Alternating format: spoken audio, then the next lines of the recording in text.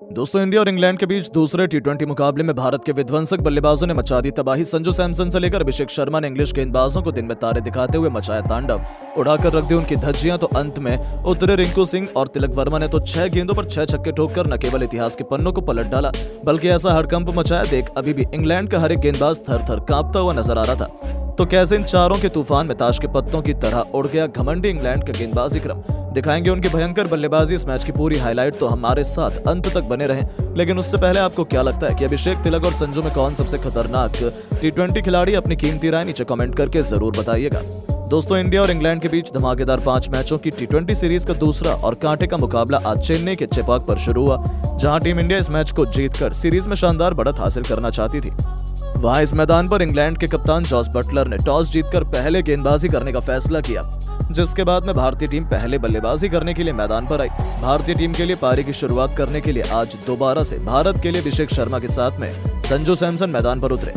इन दोनों पर team India को एक बेहतरीन शुरुआत दिलाने की जिम्मेदारी थी, जहां इन दोनों ने शुरू के 2 ओवर तक संभलकर बल्लेबाजी की और सिंगल डबल से पारी को आगे बढ़ाया। हालांकि शुरू में इंग्लैंड के गेंदबाजों ने भी कसी हुई गेंदबाजी की, लेकिन 2 ओवर के बाद में इन दोनों ने ही अपने गियर बदल दिए। खास तौर पर अभिषेक शर्मा ने एक बार फिर से अपने इरादे साफ तौर पर जाहिर कर दिए, जहां अभिषेक शर्मा ने तो पहले तीसरे ओवर में 2 तूफानी छक्का और 1 चौका लगाया। वहीं उसके बाद चौथे ओवर में संजू सैमसन और अभिषेक शर्मा दोनों ने एक खतरनाक छक्का लगाकर पूरी तरह से इंग्लिश गेंदबाजों के ऊपर काउंटर अटैक कर दिया। इन दोनों की बल्लेबाजी से पूरी तरह से इंग्लैंड की टीम दबाव में दिख रही थी।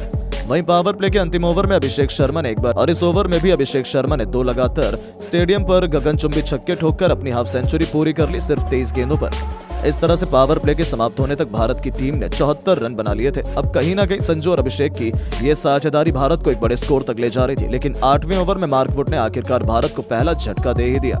जी हां, वुड ने संजू को आउट कर अपनी टीम को पहली सफलता दिलाई। जहां आपको बता दें कि अभिषेक ने भारत के लिए 18 गेंदों पर 40 रन की पारी खेली, जिसके बाद में बल्लेबाजी करने उतरे तिलक वर्मा, जहां तिलक ने जरूर आते ही कुछ बेहतरीन टाइमिंग भरे शॉट लगाए और 9वें ओवर में टीम के स्कोर को 100 रन के पार पहुंचा दिया। आज तो तिलक भी काफी अच्छी लय में दिख रहे थे और कड़क शॉट खेल रहे थे। फैंस भी भारत की बल्लेबाजी का भरपूर फायदा उठा रहे थे। इस तरह से 10 ओवर की समाप्ति तक इंडिया ने 108 रन बनाए, लेकिन उसके बाद में कुछ ऐसा हुआ जो किसी भी भारतीय ने नहीं सोचा था। जी हां दोस्तों, पारी के 11वें ओवर में पहली गेंद पर तिलक बड़ा शॉट खेलने के लिए गए, लेकिन उनको मार्क वुड ने अपने जाल में फंसा लिया और भारत को दूसरा झटका दे दिया। बता दें, तिलक ने टीम इंडिया के लिए सिर्फ 13 गेंद में 300 के स्ट्राइक रेट से 39 रन की पारी खेली, जिसके बाद में बल्लेबाजी करने के लिए आए हार्दिक पांड्या ने तो अपने बल्ले से गदरी मचा दिया। आते इस खिलाड़ी ने आर्चर की लगातार 3 गेंद पर 3 तूफानी छक्के जड़कर इंग्लिश खेमे में हड़कंप मचा दिया। तो फिर अभिषेक शर्मा के साथ मिलकर उन्होंने तो इंग्लैंड की नाक में दम कर दिया। खास तौर पर हार्दिक तो सर पर कफन बांधकर उतरे थे, लेकिन दोस्तों उनकी ये रणनीति ज्यादा लंबी नहीं चली, जहां हार्दिक पांड्या केवल 16 गेंद पर 38 रनों की खौफनाक पारी खेलकर वापस लौट गए। इस दरमियान उनके बल्ले से 4 तूफानी छक्के भी निकले थे, जिसके बाद में बल्लेबाजी करने उतरे टी20 के नंबर 1 खिलाड़ी खुद कप्तान सूर्य कुमार यादव। अब सूर्या और अभिषेक पर टीम को एक अच्छे स्कोर तक पहुंचाने की जिम्मेदारी थी, जहां आपको बता दें इन दोनों ने 2 विकेट गिरने के बाद में सूझबूझ के साथ बल्लेबाजी की और सिंगल डबल से पारी को आगे बढ़ाया। हालांकि 15वें ओवर में जरूर एक बार फिर से अभिषेक शर्मा ने अपने हाथ खोले और इस ओवर में उनके बल्ले से एक बार फिर से 1 चौका और 2 ताबड़तोड़ छक्के देखने को मिले।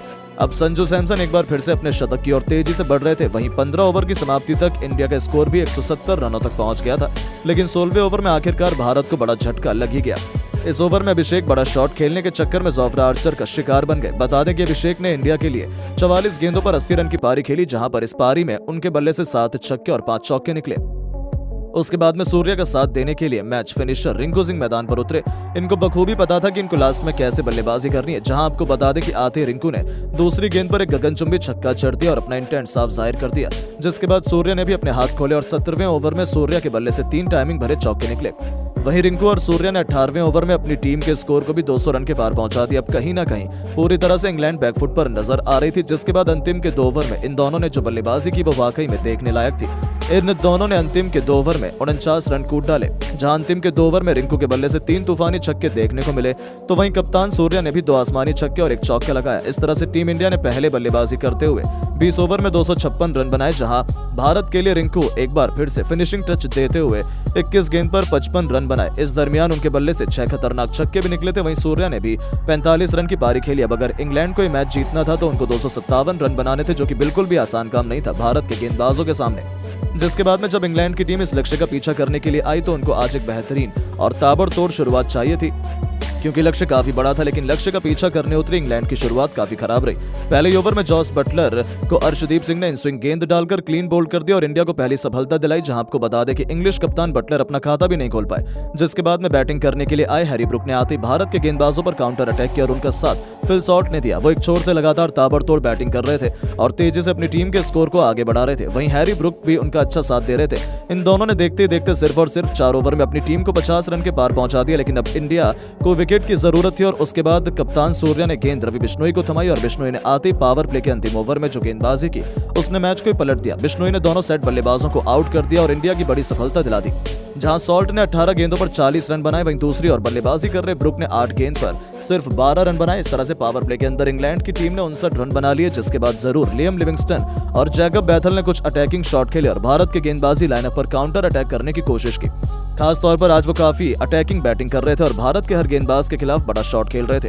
हालांकि इंडिया के पास में काफी रन थे। इन दोनों ने 10 ओवर तक इंग्लैंड की टीम को 100 रन के पार भी पहुंचा दिया। अब इन दोनों को कम से कम 15 से 16 के रन रेट से हर ओवर में रन बनाने थे, जो कि बेहद ही मुश्किल था। जहां 10 ओवर में एक बड़े शॉट खेलने के चक्कर में इंग्लैंड के बल्लेबाज लगातार अंतराल पर भारत के गेंदबाजों के जाल में फंसते चले गए। खास तौर पर रवि बिश्नोई और सुंदर ने इंग्लैंड की लगभग पूरी टीम को समेट दिया। जहां आपको बता दें, पहले तो 13वें ओवर में बिश्नोई ने 2 झटके दिए अंग्रेजों को। उन्होंने लिविंगस्टन को 30 रन के निजी स्कोर पर आउट कर दिया और इसी ओवर में बैथल को भी 13 रन के स्कोर पर एलबीडब्ल्यू कर दिया। जिसके बाद 15वें ओवर में सुंदर ने 2 झटके और इंग्लैंड को दे दिया, जहां इंग्लैंड का पूरा बल्लेबाजी क्रम ताश के पत्तों की तरह बिखर रहा था।